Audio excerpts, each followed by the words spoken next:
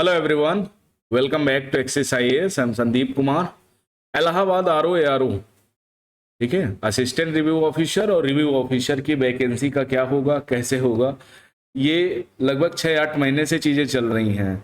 कोई कह रहा है अगले महीने आएगी, कोई कह रहा है कुछ। तो मैं आज ये बात तो नहीं करूंगा कि वैकेंसी किस महीने आएगी। हालांकि वैकेंसी तो आनी ही है। अब अभी आए, 2026 में आए, 27 में आए, चाहे जब आए, प्रिपरेशन तो आपको करनी ही करनी है। जो भी आप सोच के बैठे हो, जो भी प्रिपरेशन करना चाहते हो। तो हम आज बात करेंगे कि रिव्यू ऑफिसर आरओ की भर्ती योग्यता और उसका पाठ्यक्रम क्या है, सिलेबस क्या है, एलिजिबिलिटी कैसे निर्धारित होगी, आयु सीमा क्या है, शैक्षिक योग्यता, कौन से सर्टिफिकेट होने चाहिए, कौन सा कोर्स हमने परस्यू किया हो कि हम इसका फॉर्म डाल सकते हैं। तो सबसे पहले अगर हम बात करें, और देखो जो कमेंट करके बताने वाले हैं कि नहीं ये ऐसा नहीं है वैसा है, तो वो अपनी कमेंट बाजी अपने आसपास रखें और समझने का प्रयास करें। समझ में नहीं आया तो कोई दूसरा चैनल देखें। तो भर्ती योग्यता क्या है, एलिजिबिलिटी क्या है और पाठ्यक्रम, हम इन्हीं दो मुद्दों पर आज हम बात करेंगे। तो सबसे पहले एलिजिबिलिटी की बात करते हैं। तो इसमें जो आयु सीमा है वो मिनिमम 21 साल है, यानी ग्रेजुएशन होना चाहिए। ग्रेजुएशन अगर हो गया तो ज्यादातर चाहे यूपी ट्रिपल एससी, ठीक है, यूपी पीएससी थ्रू जो आरओ एग्जाम होता है, उसकी भी 21 साल से 40 साल है भाई। इलाहाबाद हाई कोर्ट है तो 21 साल से 35 वर्ष, ठीक है।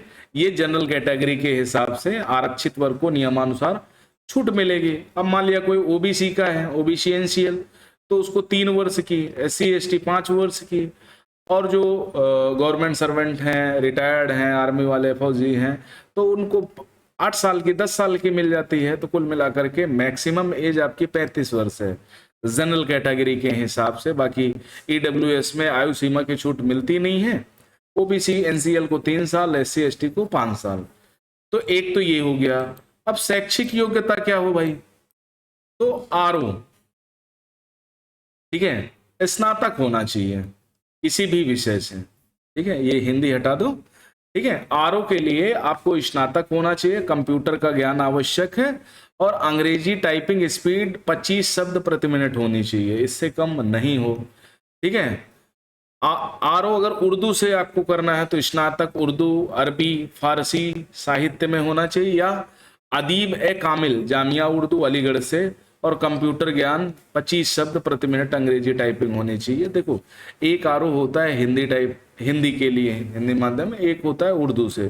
तो जिसने उर्दू में स्नातक किया हो, अरबी में स्नातक किया हो, फारसी साहित्य में किया हो, अदीब ए कामिल जामिया उर्दू अलीगढ़ से पढ़ा हुआ हो, कंप्यूटर का ज्ञान आवश्यक है, और 25 शब्द प्रति मिनट अंग्रेजी टाइपिंग आनी चाहिए उसको।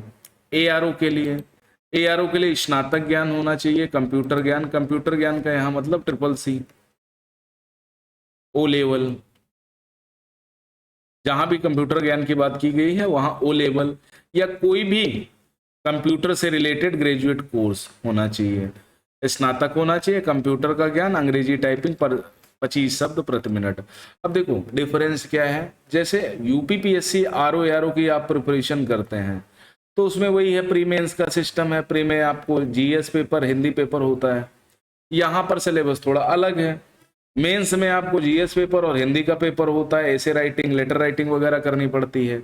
अब देखो यहाँ एक तो आयु सीमा 21 से 40 वर्ष है सभी के लिए। दूसरी जो सबसे बड़ी बात आती है कि आरओ के लिए आपको ट्रिपल सी या कंप्यूटर ज्ञान की आवश्यकता नहीं होती है, एआरओ के लिए ओ लेवल की आवश्यकता होती है। तो ये डिफरेंस है, ओके। राष्ट्रीयता भारतीय नागरिक होना चाहिए। अनुभव, किसी भी प्रकार का अनुभव आवश्यक नहीं है, यानी अनुभव हो या अनुभवहीन हो कोई मतलब नहीं है। एग्जाम पैटर्न क्या है, परीक्षा 2 भागों में होती है, ठीक है। पहला भाग वस्तुनिष्ठ टाइप का होगा, यानी ऑब्जेक्टिव टाइप क्वेश्चन होंगे, 200 अंक के होते हैं। सेकेंड जो पार्ट होगा, कंप्यूटर ज्ञान परीक्षा होगी, टाइपिंग और फॉर्मेटिंग 50 अंक का होगा, ठीक है। अब भाग फर्स्ट में जो सिलेबस होगा उसमें क्या क्या आएगा भाई, तो वो एज इट इज सिलेबस है कि अगर हम सिलेबस की बात करें आरओ के, तो सामान्य विज्ञान, भारत का इतिहास। अब भारत के इतिहास की जब बात करेंगे तो प्राचीन भारत, मध्य और आधुनिक, ये तीनों, इतिहास की हम बात करेंगे, आर्ट एंड कल्चर की बात करेंगे, जब सामान्य विज्ञान की बात करेंगे तो फिजिक्स, केमिस्ट्री और बायो की बात करेंगे। अब इनमें ये हो सकता है बायो पोर्शन से क्वेश्चन ज्यादा है, आधुनिक भारत से क्वेश्चन ज्यादा है, भारतीय राष्ट्रीय आंदोलन अलग से दे ही दिया गया है, भारतीय राजनीति, अर्थव्यवस्था और संस्कृति यानी polity, simple polity, basic polity, basic economy और आर्ट एंड कल्चर। ठीक है, तो ये सारा पूछा जाएगा। उसके बाद भारतीय एग्रीकल्चर, इंडियन एग्रीकल्चर, वाणिज्य व्यापार, इससे भी रिलेट करके क्वेश्चन आ जाते हैं। तो सिलेबस थोड़ा सा अलग प्रकार का दिया गया है। और अगर हम मैच कराएं, जैसे आप कहते हो ना कि सी ग्रुप में और कौन सी वैकेंसी आती है, तो भाई UP triple S, UP PSC आप टारगेट कर सकते हो, सिंपल एग्जाम है, इससे थोड़ा सा इजी बैठता है।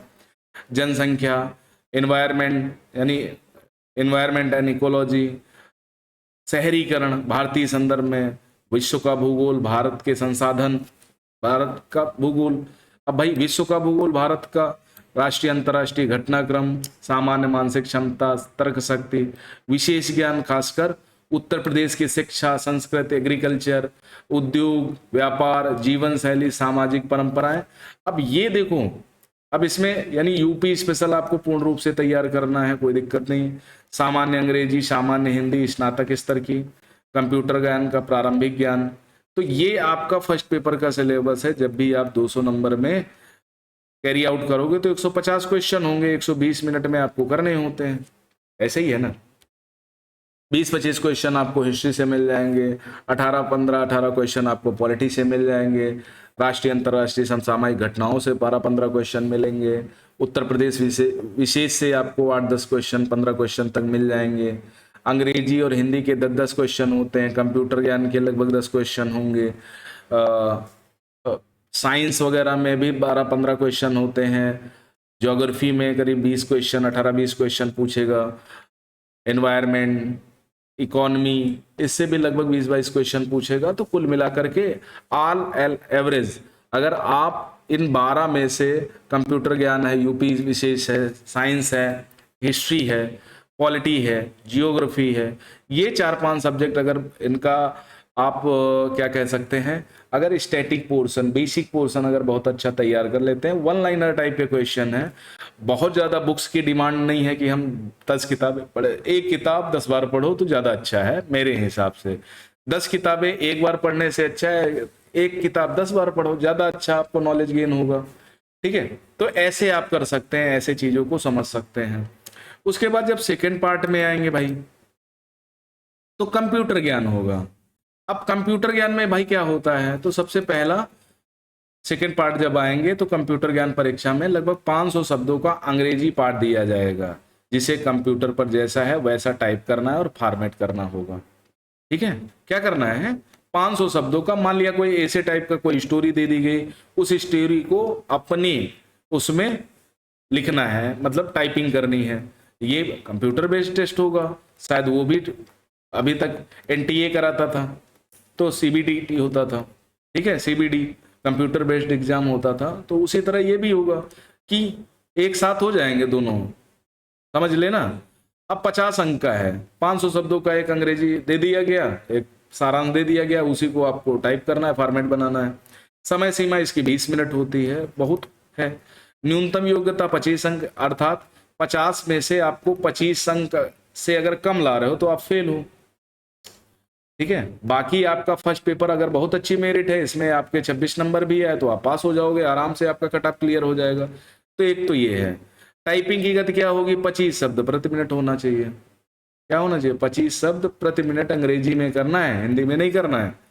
ठीक है, संक्षिप्त सारणी, खंड विवरण है, स्नातक है। अगर अब मोटा मोटा ओवरव्यू ले लें तो स्नातक है, कंप्यूटर ज्ञान ट्रिपल-सी होना चाहिए, या ओ लेवल है, या फिर आपने कंप्यूटर कोर्स परस्यू किया है, आपने ग्रेजुएट उसमें किया है, अंग्रेजी टाइपिंग 25 शब्द प्रति मिनट, आयु सीमा 21 से 35 वर्ष, 2 पार्टीशन होते हैं।